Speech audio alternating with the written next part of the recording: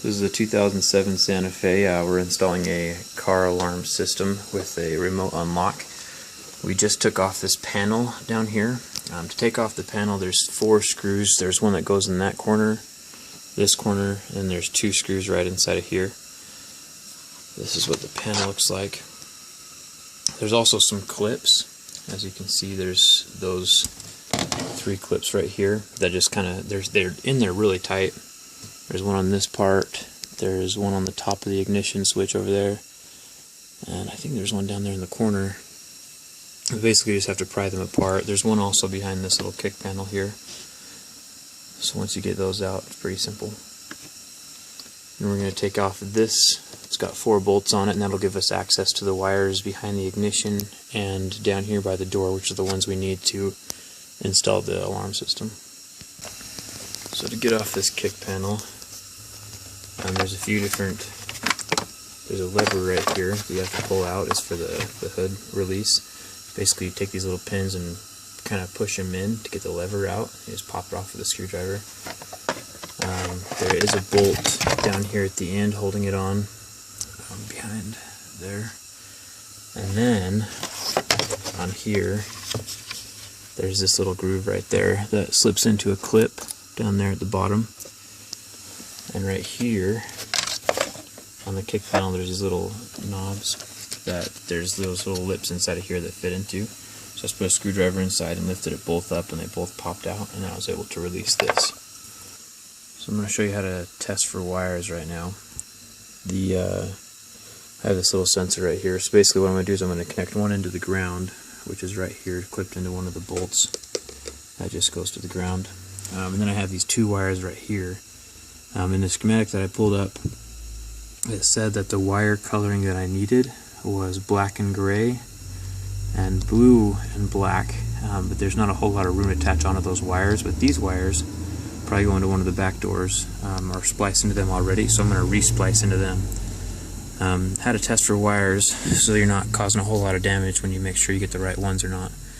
If you can see this wire behind, I took a razor blade and I just made a little tiny slit right there, and I can put this sensor inside that slit and see if anything happens when I touch it and make a connection. So if I touch this, the doors unlock. If I touch this, the doors lock. So I know which wire does what. So after I've verified which wires they are, I make a slit right here with these wire strippers. I just basically bite down on the top, bite down on bottom, and then I make a slit down the wire to expose it like that. And then I can take my other wire and feed it through and make a connection, because I don't want to cut the wires. So basically how I'm doing this is I split them open like I showed before, and there's a little hole going through right there, and I have a really long bit of metal on this end that I can just stick through that hole and then wrap it around a bunch of times, if I can get it to focus on that. Just wrap it around the opening. That way I never cut the wire, but the electricity is still going to flow through either way. And then once I'm done with that, I'll just wrap the whole thing up in electrical tape really well. So that way, if I manage to pull on these wires at all, it's never going to come loose. The door wires, it's whatever light turns on when you're pressing that button right there for the door. Let's let you know which door is closed. So I have my tester on I think it's a green and orange wire right now for the door. Let's see if we can. So every time I press this button right here on the side, that light turns on. That button right there. Also, just so you know, the instructions say most vehicles use negative door circuits. Connect the green wire to a wire showing ground when the door is opened. So right now, the door is opened and there's no light. That means the electricity from the wire is going to ground, so it's not working. As soon as I press this lever right here, though, or press this button, that means there's current going through the wire, so it's not grounded anymore. So if the door is open, like this button is released, then it's grounded. So that's the wire we're going to use. So right now we have it connected to this is the underneath the key switch, like the ignition. My manual is showing me that the orange wire is the 12-volt ignition wire. So when I turn the key, the light should turn on. So I put the key in the ignition, and I turn the key, and this light turns on. just like that. And so if I crank it as well, the ignition will also turn on. So that's the wire we need. Okay, so we're still working under here behind the ignition switch. This is the ignition wire. I spliced the yellow into the orange. It could be different on your car. And then the starter wire is this green one right here that I just cut. The starter wire is the only wire that you'll ever cut. I cut this one just because it's part of the safety features of the alarm system. So this right here, just, you know, if someone ever tries to steal your car by hot wiring or whatever, it won't start unless your alarm system's deactivated. So basically, the green one right here is going to attach into the ignition, and then this one is going to continue onto the starter wire. So green to this one going to the key, and the black one goes down to the starter motor, and that just makes sure that no one can ever start your car without disarming your alarm system. So this is called the starter interrupt. So as far as the horn goes, the horn needs to go inside of the hood. So we have it mounted right now. It's kind of temporary. I just kind of attached it onto this metal bracket back here where the sensor is. The horn itself is just like a speaker. I never showed you the other side of it, but there's, you know, it looks like a speaker, like a loud horn. I put it facing down so that water can't, you know, accumulate inside of this. It's really secure right here, so I'm actually just leave it. I've got like 4 or 5 zip ties on it. And then this is that red cable that I talked to you about before, going through the firewall down in there. And then on the inside,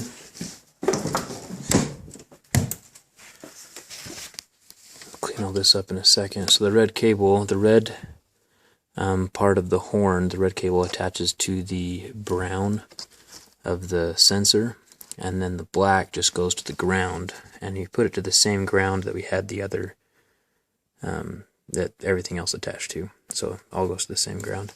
So to get through the firewall, basically what I did is there's a little hole, which I'll show you in a second, where the line that goes through to pop the hood goes. And so I took the screwdriver, put the wire around the tip of it, and stabbed the screwdriver through that hole. And then once it was through the hole on the other side, I could take the wire from the alarm. I'll just use an example wire right here. Use the wire from the alarm, and I tucked it through it like that. And then I taped the wire together to itself, and I was able to pull the wire back through the firewall with this once the wires were taped to each other. So the wire wasn't strong enough to feed through by itself, so I had to use the screwdriver. The hole through the firewall is right there. It's right there. So that is the receiver, the thing that gets the commands from the little doggle that goes onto your keychain. So basically what I did is I took it, routed it up underneath here on the windshield, popped this off, routed it down through here, all the way down, and then this is that right here.